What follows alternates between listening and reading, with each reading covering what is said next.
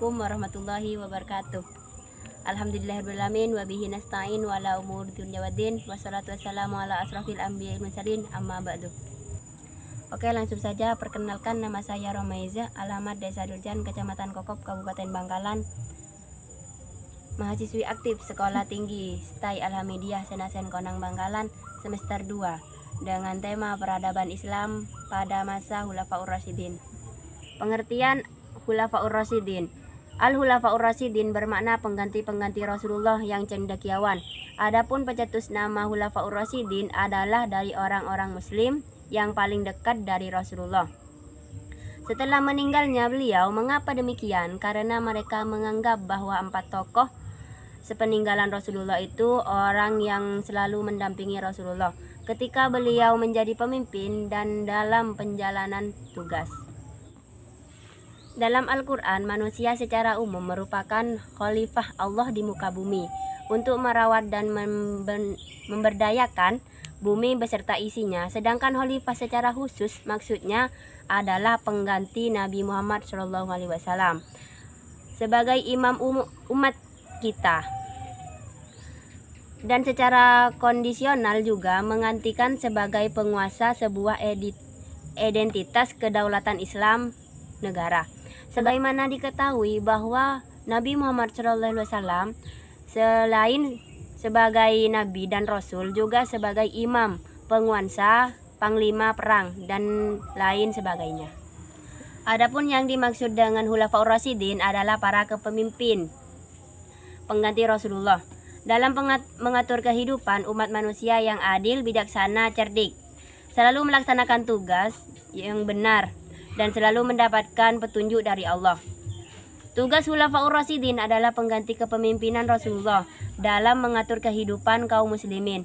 Jika tugas Rasulullah terdiri dari 2 hal, yaitu tugas kenabian dan tugas kenegaraan, maka Khulafaur Rasyidin bertugas pengganti kepemimpinan Rasulullah, dan masalah kenegaraan yaitu sebagai kepala negara atau kepala pemerintah dan pemimpin agama. Adapun tugas kerasulan tidak dapat digantikan oleh Khulafaur Rasyidin karena Rasulullah adalah Nabi dan Rasul yang terakhir. Setelah beliau tidak ada lagi Nabi dan Rasul lagi, tugas Khulafaur Rasyidin sebagai kepala negara adalah mengatur kehidupan rakyatnya agar tercipta kehidupan yang damai, adil, makmur, aman, dan sentosa. Sedangkan sebagai kepemimpin agama, Khulafaur Rasyidin bertugas mengatur hal-hal yang berhubungan dengan masalah keagamaan. Bila terjadi perselisihan pendapat, maka khalifah yang berhak mengambil keputusan. Meskipun demikian, Khulafaur Rasyidin adalah melaksanakan tugas selalu mengutamakan musyawarah bersama, sehingga tidak kebijakan yang diambil tidak bertentangan dengan kaum muslimin. Khulafaur Rasyidin merupakan pemimpin umat Islam dari kalangan sahabat pasca Nabi wafat. Mereka merupakan pemimpin yang dipilih langsung oleh para sahabat melalui mekanisme yang demokratis. Siapa yang terpilih, maka sahabat yang lain memberikan baiat, sumpah setia. Pada calon yang terpilih tersebut ada 2 cara dalam pemilihan khalifah ini, yaitu pertama, secara musyawarah oleh para sahabat Nabi. Kedua, berdasarkan atas penunjukan khalifah sebelumnya. Khalifah Abu Bakar As-Siddiq namanya ialah Abdullah ibnu Abi Quhaifah At-Tamimi. Di zaman para Islam bernama Abdullah ibnu Ka'bah. Kemudian diganti oleh Nabi menjadi Abdullah. Ia termasuk salah seorang sahabat yang utama. Julukannya Abu Bakar, bapak pemagi. Karena dari pagi-pagi bentuk memeluk agama Islam, gelarnya As-Siddiq karena ia selalu membenarkan Nabi dalam berbagai peristiwa, terutama Isra Mi'raj. Jadi Nabi Muhammad SAW seringkali menunjukkan untuk mendampingi di saat penting atau jika berhalangan dan Rasul tersebut mempercayai sebagai pengganti untuk menangani tugas-tugas keagamaan.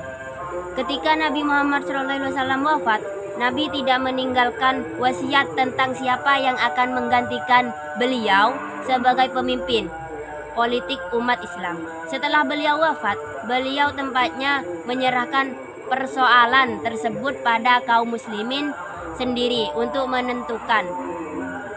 Karena itulah, tidak lama setelah beliau wafat dan jenazahnya belum dimakamkan, sejumlah tokoh-tokoh Muhajirin dan Ansor berkumpul di balai kota Bani Sa'idah, Madinah. Mereka musyawarah siapa yang akan dipilih menjadi pemimpin. Musyawarah cukup alot karena masing-masing pihak, baik Muhajirin ataupun Ansor, sama-sama mereka berhak menjadi pemimpin umat Islam. Namun dengan semangat uhuwah Islamiyah yang tinggi, akhirnya Abu Bakar terpilih. Rupanya semangat keagamaan Abu Bakar yang tinggi mendapatkan penghargaan yang tinggi dari umat Islam, sehingga masing-masing pihak menerima dan membaiatnya. Sepak terjang pola pemerintahan Abu Bakar dapat dipahami dari pidato Abu Bakar ketika ia diangkat menjadi khalifah.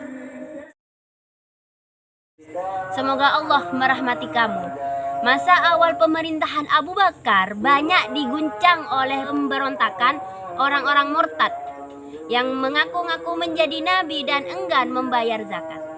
Karena hal inilah khalifah lebih memusatkan perhatiannya memerangi para pemberontakan, maka dikirimlah pasukan umat memerangi para pemberontakan ke Yaman. Dalam insiden itu banyak para hulafatil Quran yang mati syahid. Kemudian mereka khawatir hilangnya Al-Quran.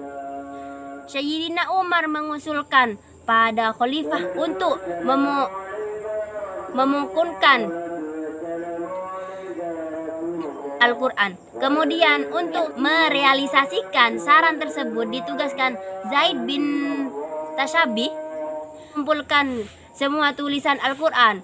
Pola pendidikan Khalifah Abu Bakar masih seperti Nabi, baik dari segi materi maupun lembaga pendidikannya. Abu Bakar menjadi khalifah hanya 2 tahun.